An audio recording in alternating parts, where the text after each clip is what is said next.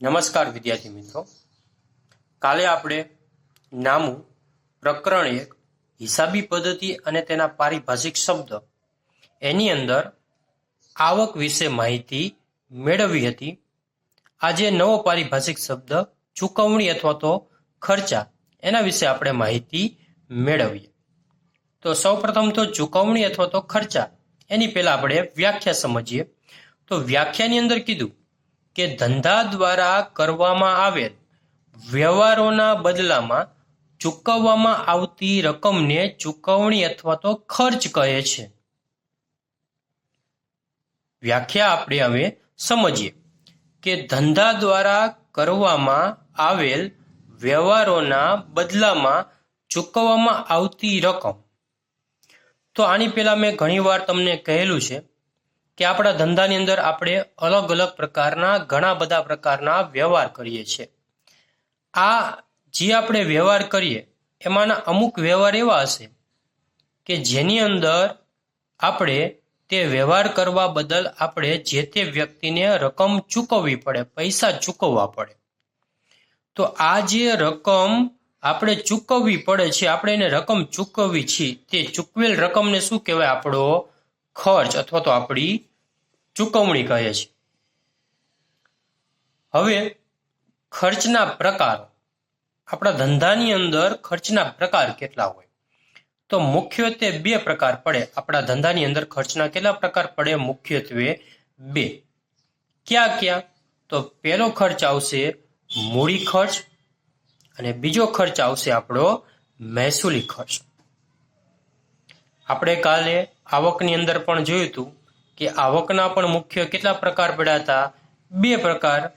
ક્યાં? તો કે મૂડી આવક અને બીજો પ્રકાર હતો મહેસૂલી આવક. તેવી રીતે આની અંદર ખર્ચની અંદર મૂડી ખર્ચ અને બીજો ખર્ચ આવશે મહેસૂલી. તો જો તમને કાલે મૂડી આવક અને મહેસૂલી ખર્ચનો અર્થ સ્પષ્ટ થયો હોય તો આજે તમને મૂડી ખર્ચ અને મહેસૂલી ખર્ચનો અર્થ આપોઆપ સ્પષ્ટ થઈ જશે. તો સૌપ્રથમ આપણે મૂડી ખર્ચ વિશે પહેલા માહિતી મેળવીએ.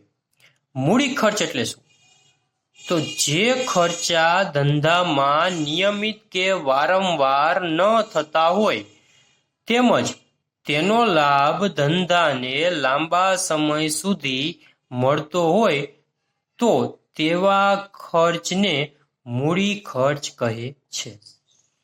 હવે વ્યાખ્યા સમજીએ. તો વ્યાખ્યાની અંદર કીધું કે જે ખર્ચા ધંધામાં નિયમિત કે વારંવાર ન થતા હોય.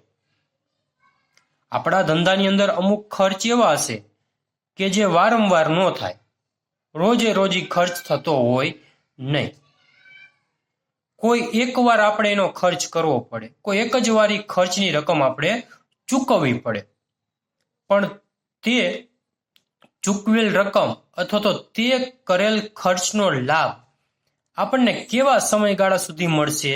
તો કે લાંબા ગાળા સમય સુધી મળશે.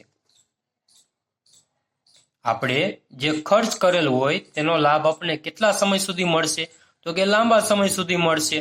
તો કે આવો જે ખર્ચ હોય કે જે એકવાર તમે કરો પણ એનો લાભ તમને લાંબા સમય સુધી મળતો હોય તો આવા તમામ ખર્ચને કેવા ખર્ચ કહે છે? મૂડી ખર્ચ. હવે ઉદાહરણ દ્વારા સમજીએ. તો દાખલા તરીકે કાયમી મિલકત ખરીદવા પાછળ કરવામાં આવતા ખર્ચને મૂડી ખર્ચ કહે છે. કાયમી મિલકત, જેને બીજા નામ તરીકે આપણે લાંબા ગાળાની મિલકત, સ્થિર મિલકત અથવા તો બિનચાલુ મિલકત તરીકે પણ ઓળખીએ છીએ. આવી જે કાયમી મિલકત છે એ કાયમી મિલકતને ખરીદવા પાછળ આપણે જે ખર્ચ કરીએ, દાખલા તરીકે આપણે જમીન,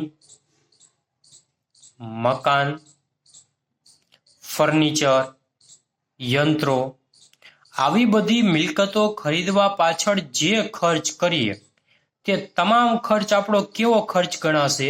મૂડી ખર્ચ. કારણ શું? તો એનું એક જ કારણ કે આપણે જમીન ખરીદી, આપણે મકાન ખરીદ્યું ધંધાના ઉપયોગ માટે. તો એકવાર જમીન ખરીદો તો પછી એનો લાભ આપણને લાંબા સમય સુધી મળશે. એકવાર આપણે ધંધાનું મકાન ખરીદીએ તો એનો લાભ પણ આપણને કેવા સમયગાળા સુધી મળશે? લાંબા સમય સુધી. એવી રીતે યંત્રોની ખરીદી કરવી ધંધાના ઉપયોગ માટે, તો યંત્રોનો લાભ પણ આપણને ધંધાની અંદર લાંબા સમયગાળા સુધી મળશે. એટલા માટે કાયમી મિલકતની ખરીદી પાછળ જે પણ આપણે ખર્ચ કરીએ તે તમામ ખર્ચ આપણો કેવો ખર્ચ ગણાશે? મૂડી ખર્ચ. અને બીજી વસ્તુ કે આ ખર્ચ વારંવાર થતો નથી. આ ખર્ચ વારંવાર થતો નથી. આ ખર્ચ એકવાર કરો એટલે એનો લાભ આપણને લાંબા સમય સુધી મળે છે. ત્યારબાદ પછીનો પારિભાષિક શબ્દ મહેસૂલી ખર્ચ. મહેસૂલી ખર્ચ એટલે જે ખર્ચ ધંધાની નિયમિત કે રોજબરોજની પ્રવૃત્તિ ચલાવવા માટે જે ખર્ચ ધંધામાં નિયમિત કે વારંવાર કરવામાં આવે તેને કેવો ખર્ચ કહેવાય? મહેસૂલી ખર્ચ. આપણા ધંધાની નિયમિત કે રોજબરોજની પ્રવૃત્તિ આપણે કરવી હોય. કેવી પ્રવૃત્તિ? તો કે માની લો કે આપણો ધંધો છે એ ઉત્પાદન કરવાનું કામ કરે, વસ્તુનું ઉત્પાદન કરવાનું કામ કરે. તો ઉત્પાદન કરવા માટે તમારે કર્મચારીને રોકવા પડે અને કર્મચારી તમારા એકમની અંદર આવી અને ઉત્પાદન પ્રક્રિયાની અંદર ભાગ લેશે. એના માટે તમારે કર્મચારીને પગાર આપવો પડશે. તો કર્મચારીને પગાર તમારે વારંવાર આપવો પડે. કેવી રીતે? તો કે મહિનો પૂરો થયો એટલે મહિનો પૂરો થાય એટલે તમારે પગાર દેવાનો, બીજો મહિનો પૂરો થાય એટલે બીજા મહિનાનો પગાર દેવાનો. તો વારંવાર તમારે કર્મચારીને પગાર ચૂકવવો પડે. જમીનની જેમ ન હોય કે એકવાર ખરીદી પછી વારંવાર શું તમારે જમીન ખરીદવી પડે મહિને મહિને? ના. પણ કર્મચારીને પગાર તમારે કેવી રીતના ચૂકવવો પડશે? તો દર મહિને.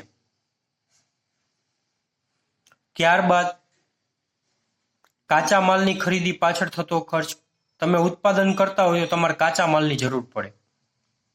દાખલા તરીકે આપણે તૈયાર કપડાનો આપણો ધંધો હોય તો તૈયાર કપડા માટે સૌપ્રથમ તો આપણે કાચા માલ તરીકે કપાસની જરૂર પડે. તો કપાસની ખરીદી તમારે વારંવાર કરવી પડશે. તો એ કાચા માલની ખરીદી પાછળ થતો ખર્ચ પણ આપણો કેવો ખર્ચ ગણાશે? મહેસૂલી ખર્ચ. કારણ કે તે કેવી રીતના થાય છે? તો કે રોજ અથવા તો નિયમિત રૂપે ખર્ચ આપણે થતો હોય છે. હવે ઉદાહરણની અંદર જોઈએ તો કીધું કે કર્મચારીને ચૂકવવામાં આવતો પગાર. હમણાં જ આપણે જોઈ ગયા કે કર્મચારી મહિનો કામ કરે તો આપણે મહિનાનો એનો પગાર દેવો પડે, બીજો મહિનો કામ કરે તો બીજા મહિનાનો પગાર દેવો પડશે. જ્યાં સુધી કર્મચારી આપણા એકમમાં કામ કરે ત્યાં સુધી આપણે એને વળતર સ્વરૂપે પગાર આપવો જ પડશે. તો જ આપણા એકમમાં આવી અને ઉત્પાદન પ્રક્રિયાની અંદર ભાગ લેશે, નહીંતર ઉત્પાદન પ્રક્રિયાની અંદર ભાગ લેશે નહીં. ત્યારબાદ મજૂરી. આપણા ધંધાની અંદર અમુક છૂટક કામ પણ હોય અને છૂટક કામ રોજબરોજ હોય જ તે.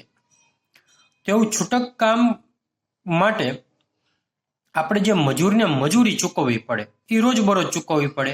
કારણ કે મજૂરી કામ તો આપણા એકમની અંદર રોજબરોજ થતું હોય. તો મજૂરી પણ આપણો કેવો ખર્ચ ગણાશે? મહેસૂલી ખર્ચ. ત્યારબાદ ટેલિફોન ખર્ચ. અત્યારે મોબાઈલ ફોન આવી ગયા છે એટલે ટેલિફોનનો ઉપયોગ બહુ ઓછો થાય છે. છતાં આપણા ધંધાની અંદર સતત આપણે અન્ય વેપારી સાથે સંપર્કમાં રહેવું પડશે. એની સાથે ટેલિફોનિક વાતચીત કરવી પડે. તો એ ટેલિફોનિક વાતચીત માટે આપણે ટેલિફોન ખર્ચ થાય.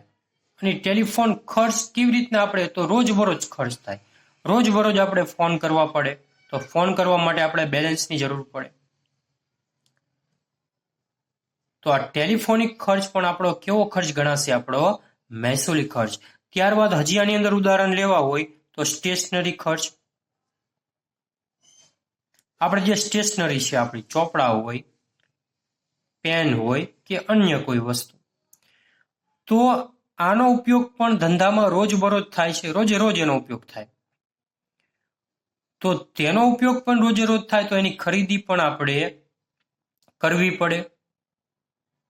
એટલા માટે સ્ટેશનરી ખર્ચ પણ આપણો કેવો ખર્ચ ગણાશે? તો કે મહેસૂલી ખર્ચ. તો વિદ્યાર્થી મિત્રો, આજે આપણે ખર્ચ વિશે માહિતી મેળવી.